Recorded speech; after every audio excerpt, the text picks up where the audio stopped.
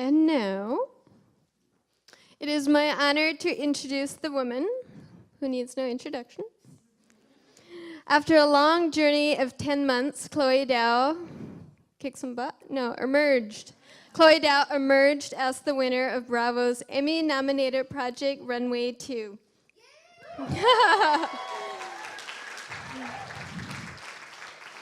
She has appeared in international news and print media, including a feature story in Elle, Vietnam, and her designs were featured in the Smithsonian Museum in the Exit Saigon, Enter Little Saigon exhibit.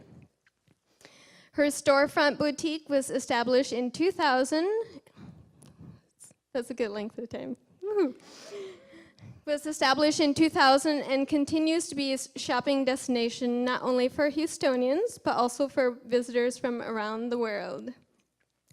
You're also very devoted to philanthropic efforts, and you're very active in the community. Please welcome Chloe Dow.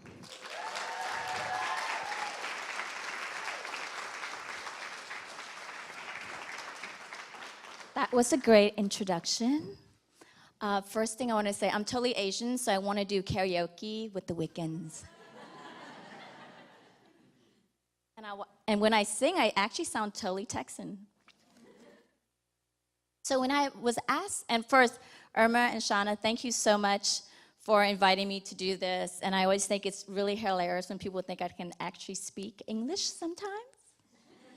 So when I was asked to do Creative Morning, I did a lot of research, and I really wanted to, sound intelligent. Being Asian, I need to be smart. And so I really researched the word heritage, and it actually had so many meanings. So here I'll read 5 of them that I found.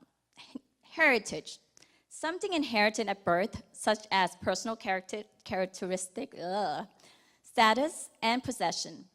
The second one, anything that has been transmitted from the past or handed down by tradition. Number 3, the evidence of the past, such as historical sites. Number 4, something that is reserved for a particular person, group, or a way of life. And number 5, heritage can also refer to a person's ethnic or cultural background. So heritage could be anything. So it was really confusing for me. So it could be anything from a building to your personal suffering, to having a big nose, to being Asian, being good at math, and being a bad driver. So I really wanted to tell a story about my heritage, and I thought about it. There's no point trying to be intelligent. I think the best thing that you can share about anything is your history, your story, your heritage.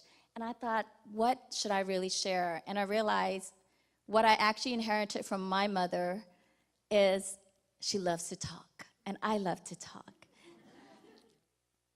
Even when she's talking so much, I pretend to be a good Asian daughter and listen. And talk, and I just go, okay, mommy. But you know what? You guys are actually stuck with me for 20 minutes, so I'm gonna talk. So I realized, what is it? I've always actually had this struggle within my own self, how my mother characteristic that I really inherit is so different from my father. They're actually opposite end. My mother is adventurous, creative, very talkative. She's actually, I call it MacGyver on crack. She can rig anything. She can fix anything. She just makes it happen. And she has a need for speed, but not in driving. She wants to get everything done, but literally she's the slowest driver that you can imagine. Yesterday she actually was at my house, and it took her 10 turns to get out of the driveway. And the first thing I thought was, Lord, how is this woman ever gonna get home? But she made it home. And then my father is pretty much the opposite of my mother. He's very quiet. He grunts when he speaks. He wants to tell you something. That's pretty much it. He's very critical. He's supportive, but very critical. And one of my favorite stories to share about my dad is, being Asian, you always want to make your parents proud. And I was playing tennis, playing to win a trip to Paris for the tennis team. And he came to watch me play, and this was like, win or die. If I win this match, we all get to go to Paris. If I lose this match, we all lose, the whole team. And then I was playing, and I see my dad coming, and then I'm hitting the ball, and every time I make a mistake, my dad's, I'm like, shut up! Shut up! But that's kind of like my inner screaming that I think when you really sit down and think about who you are and where you come from, your parents play such a huge role in who you are. I mean, there's daily things where I just want to get it done, I just want to get it done. And I'm like, oh, I got to make it perfect. And that's really my parents, the inner struggle that I'm getting from my mom and my dad. And I think for me that's fascinating, and I always felt that. And and the question about heritage, which I think was fascinating, because it could mean so many things. And I was born in Laos, but I left when I was 8 years old to come to the United States. So growing up, I always felt Laotian, but I'm Vietnamese. And when we got here into the United States, being 8 years old, my mom actually said, stop speaking Laotian, concentrate on maintaining your Vietnamese, and practice your English. So now I only can count to 10 in Laos, order papaya salad, and call somebody a bad name. But that's good enough. I still have my little street cred. But so we maintain our Vietnamese, and and I've learned my English, and I really, really embrace being American. I had, the most all-American childhood. Excuse me, I have to go to my notes. And I think what's so great about embracing the Vietnamese, American culture, is that at the same time, you kind of lose a little bit of what your heritage is and your background. But you're kind of growing confused because, when I'm speaking English, even right now, I'm like, oh my God, now, people think I should speak perfect English, but then I would say like, oh, how many cat do you have? And I always don't do the S, and that's a very typical Asian thing to do. But then when I, go to Vietnam, people in Vietnam think, oh my God, her Vietnamese is so bad, she must be born in the United States. So, you have this conflict inside that you feel, and like, who am I? What is my identity? And so being born in Laos, not having any memory of it, and then coming to the United States, and my mom saying, maintain your Vietnamese-ness, your language, but, embrace being an American and I really did have the most amazing all-American childhood that I think anyone can imagine. I was an Asian cheerleader in junior high, and the favorite story I tell is that on top of the pyramid on this cheerleading squad was a male. So I was in a very weird school where, how did a little skinny boy get on top of me and I'm short? So it's, I grew up in this weird dynamic where it was such an open culture that I grew up in Houston, Texas, y'all, and in the 80s. And so, in junior high, I was a cheerleader, but at the same time, I was in the honor society. The smartest people were like the coolest people. Seriously, that was like unreal. The jocks were nice. I had a shaved head, and I was still working in the principal office. I grew up in this all-American. I wrote for the school newspaper. Hello, what were they thinking? It never got published. The school newspaper got lost somehow, thank God. So the funny thing is, I grew up when, once I got to high school, it actually kind of changed a little bit. I actually had such diversity in junior high. The cheerleading squad was African American. My two best friends were actually Sherelle Hall and Felicia. And that I actually, at the same time, had a group of Vietnamese friends that were actually a little bit strange toward me because I was having this really all-American childhood, and they were still very kind of like just new to America. They kind of didn't kind of didn't know how to deal with me. And one of my favorite stories to share was, being the cheerleader, you have to raise money for your squad. And we actually sold Valentine cards for the whole school. And for a while, I always got it. And then, I would actually have to pass it out. And one year, I'm giving them all the cards, all the cards they bought for each other. And I'm like, wow, you guys bought cards for each other or flowers and you didn't buy one for me. I'm like, So it's interesting to see how they were uncomfortable that I was embracing the all-American culture so much, why they wouldn't. So that made me felt a little bit, why is it, this is the beauty of being America. I could be anything. I can do anything. I'm like, because I think one thing is I actually had an amazing example. It was a girl named Brenda Ng. She was Chinese, and she was a cheerleader. So I'm like, she's Chinese. She's a cheerleader. I could be a cheerleader too. But I guess they didn't see that, and I think it's just an innate thing where you just, if you can do it, why not do it? That was my philosophy. So when I actually got to high school, I actually had tons of Vietnamese friends. I didn't really have that much diversity, but actually, I just saw me as me. For a while, I didn't see a race. I don't really see race. And when I went to New York, I had such an amazing group of diversity.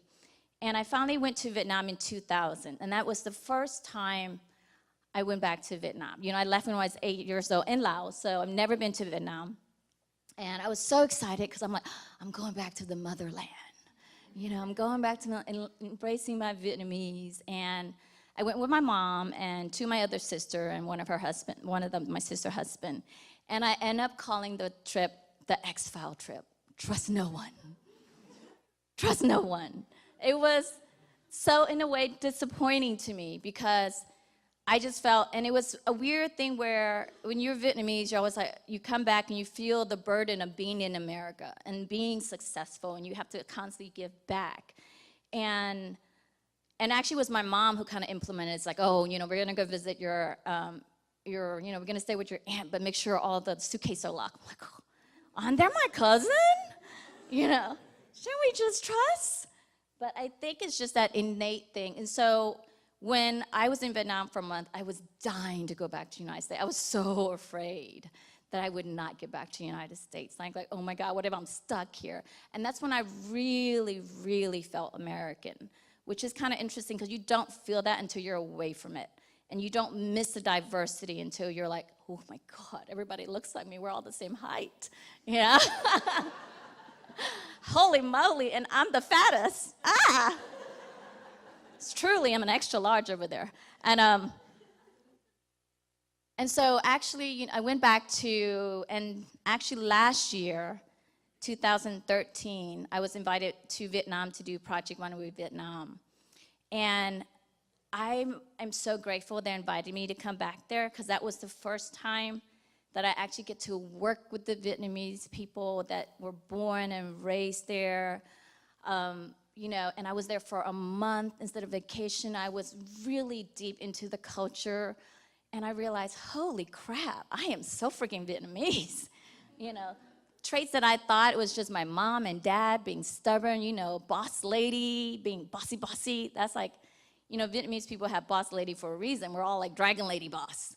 And so it's really, and I loved it. I just thought, wow, what an amazing group of people. They can do anything. They're so resilient. They're so creative.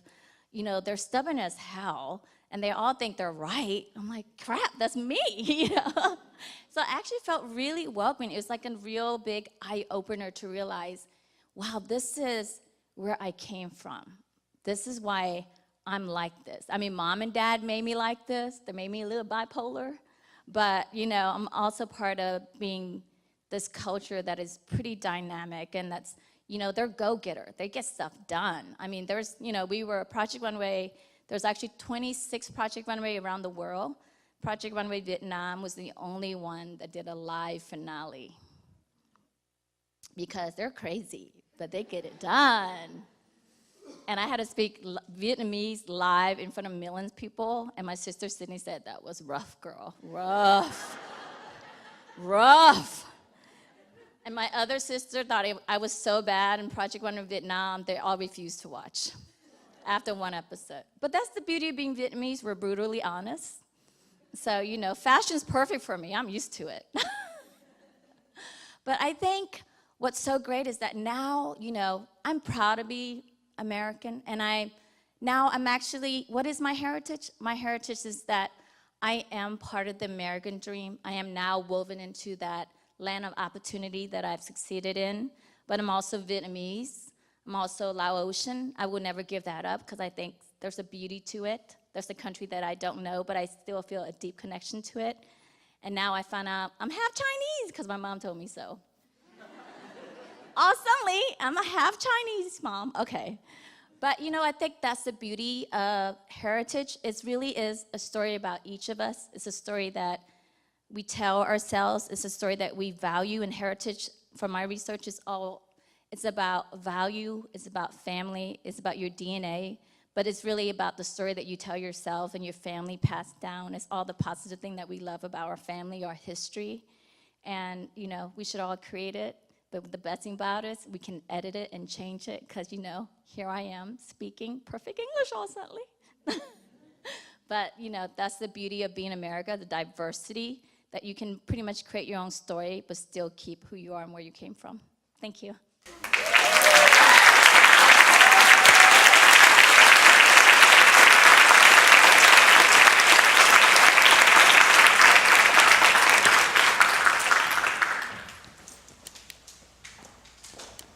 So can we have one more mic, please? Okay, excellent. This time we're going to try something different with the Q&A. If you could tweet your question at Chloe Dow and hashtag CMHOU. Awesome. We will select a few. Right, my phone's over there. I should probably get my phone. Have your phone on you? No. Sydney has. Okay.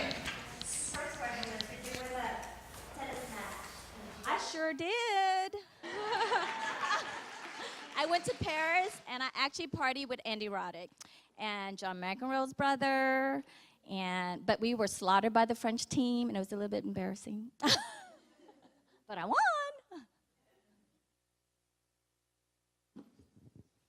One question? Is there another one? Technology is nerve-wracking. Well, we can also take a question from the audience while we're waiting for that. One person. Hi.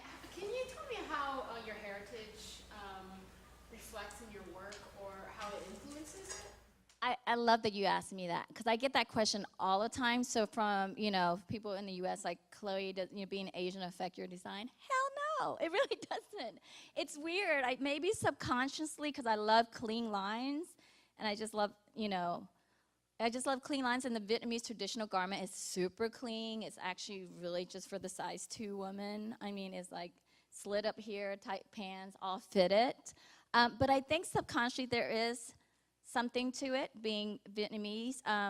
But at the same time, when I go back to Vietnam, I always get a lot of Vietnamese people saying, oh, can you please, redesign the Vietnamese áo dài, which is a traditional garment. I'm like, heck no, it's already amazing, and there's so many amazing Vietnamese designers that does that already. So it's weird. I get that question all the time, and I don't feel that it affects me because I think the world is so open and it's so inspirational. All right.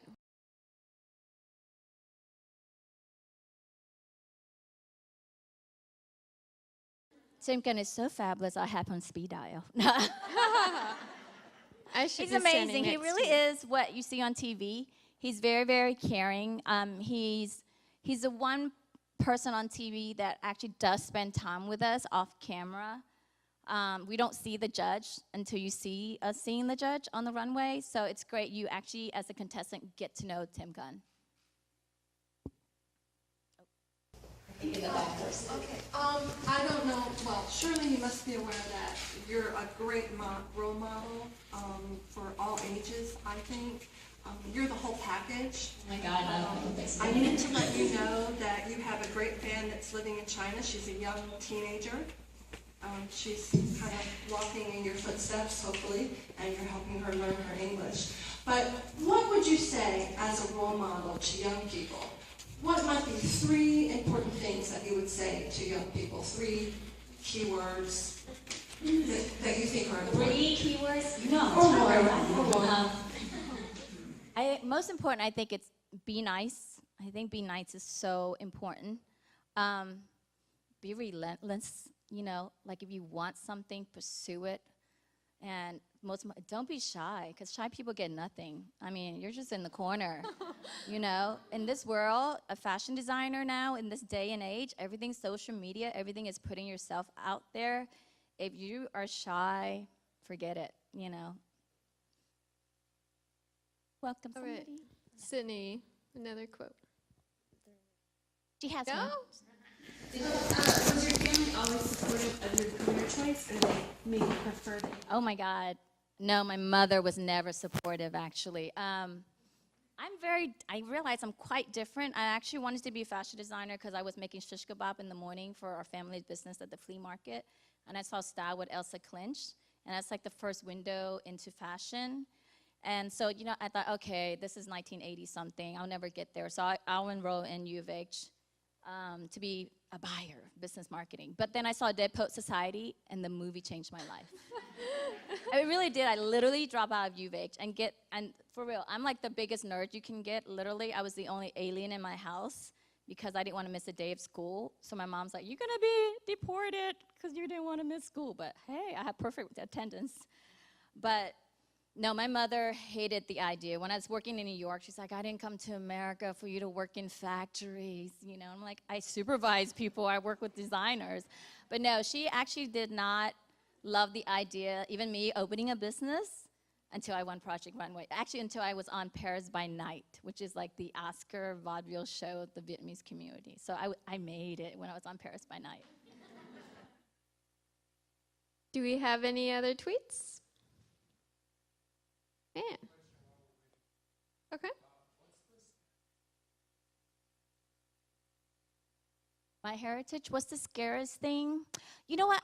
I don't think there's any scary thing. I think one thing that I realized about the Vietnamese culture then I was down there is, and a little bit here, is that, everybody's saying, oh my God, it's so corrupt. Everybody's so corrupt. And I'm like, everybody's corrupt. In every nationality and every race, there's some sort of corruption. But I feel like the Vietnamese people, I think, put each other down a little bit, but maybe that's just me experiencing that. So I'm always like, oh, look, we're amazing people. I didn't experience that. But I think people are people, that's the only thing I'm not scared of. I just don't like it, But I think it's just a mindset that, I think it's something you're so used to saying. It's a corrupt, it's a communist country. It's a little bit corrupt. But I think it's one of the most amazing capitalistic country in the world, because there's no place that I've been that literally you can have a pan, a frying egg, and you have a business on the street, and one baguette. You're out there and you're feeding your family. You don't need anything but your drive, and you can do it. How does your city continue to inspire you? How does our city? Oh, Houston, hoo-hoo, H-Town. Okay.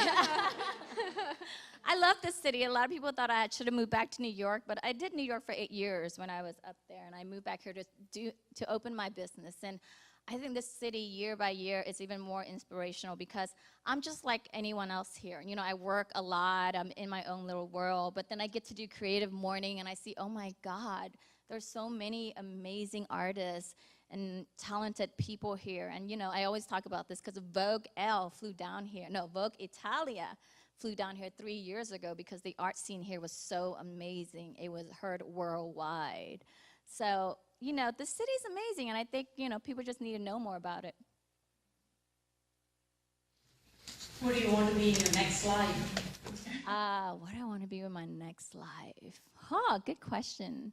I want to be a lazy dog. I want to be, whose particular dog? I want to be Lisa Vanderpump dog. I want to be Gigi. With hair, though. Do you have another tweet? No? Shadow? As far as your design process, how do you edit? Like, how do you step back and then illuminate or decide what you're going to go with? That's a great question. How do I edit? Because it depends on budget. I might want 50 pieces, but I edit because I don't have the money for it. But no, I edit because if you really have to think, being a designer, it's really a art form that has to sell, or you're just out of business. So I think about what will sell. So it all depends what I'm doing that collection for. If I'm doing it for runway, I can go crazy because I need at least 35 looks. But if I'm selecting for the store, probably 25% of the collection will be sold. So it's really depending the reason I'm designing the collection for. And really funding, it's like any art form, you have limited, funding, you can do whatever you want. We still have a couple minutes. Okay, we have a good question from Josh. Are you doing anything intentional to pass on your heritage to the next generation? Gosh, that's tough. I don't know about intentionally. You know what's really interesting? I mean, as I've gotten older, I just had my birthday. I feel like I want to pass more on, like, for the designers and the creative community here. I think more of the fashion designer and help them grow. And the great thing of being in fashion, there's a ton of Asian people in fashion. Actually, if you go to New York, FIT is half the school. It's really funny. So I don't think, I think it's not about heritage, it's about people. So I think I just want to help people, and hopefully that just passed to the Vietnamese and the Asians and the Chinese and the Koreans. We still have one more minute. Okay, this one's from Tim. Who are some of your current mentors or the people that inspire you and your career? My current mentor, honestly, my mom is always the constant mentor, because I don't think, if I didn't see her working so hard and creating this business, I don't think I could even think I could do it. I think really just, there's Janet Gerwich, who spent the time and talked to me.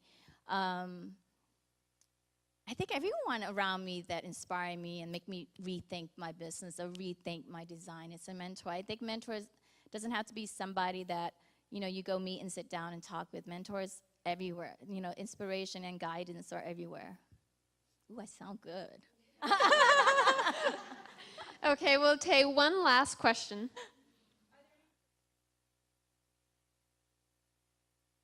You know what's so funny you say that? I actually did an interview with the Washington Post.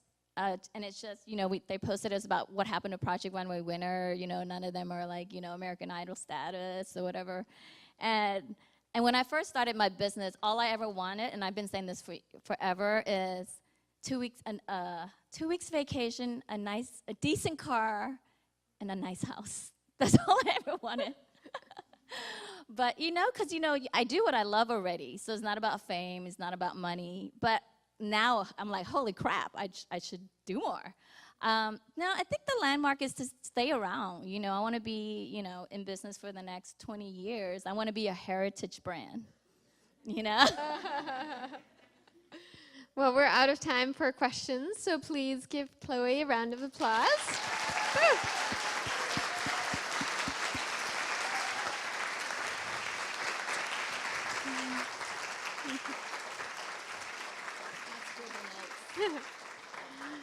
So many thanks to Asia Society, who is going to do a giveaway. And looks like Evan is all ready.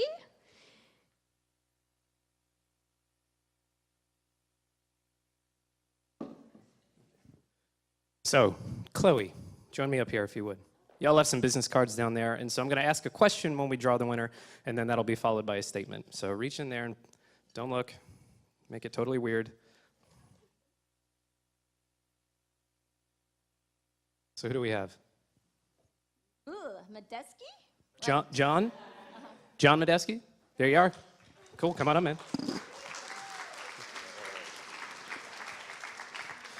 You're a tall drink of water, aren't you? Okay, so John, we're gonna get in touch with you and sign you up for a membership, but a couple things. Now that we have 100 some odd people here, and I'm just gonna totally embarrass you, Chloe, let's join in wishing Chloe a happy belated birthday. So, happy birthday to you. Happy birthday to you. Belated. Happy birthday, dear Chloe. Happy birthday to you. Aw, thank you so much. So John will get in touch with you. You could have a seat back there. I'm not going to make it more awkward than it is. But and ladies and gentlemen, at the front desk again, Chloe's going to be our guest for our young professional event, Leo Bar. $35 tickets, which I didn't mention earlier. That comes with an annual membership, which gets you great discounts and access to other things we do. Would you like to close it out for us, Irma? And thank you. Thank you so much, Evan. So for next month, August 22nd, the global theme is failure. Kurt Coburn will be speaking on that, and it'll be at Stages Theater. So just remember, if you want seats, register as soon as tickets are available. Register ASAP for your seats. Thanks so much, everyone. We'll see you soon.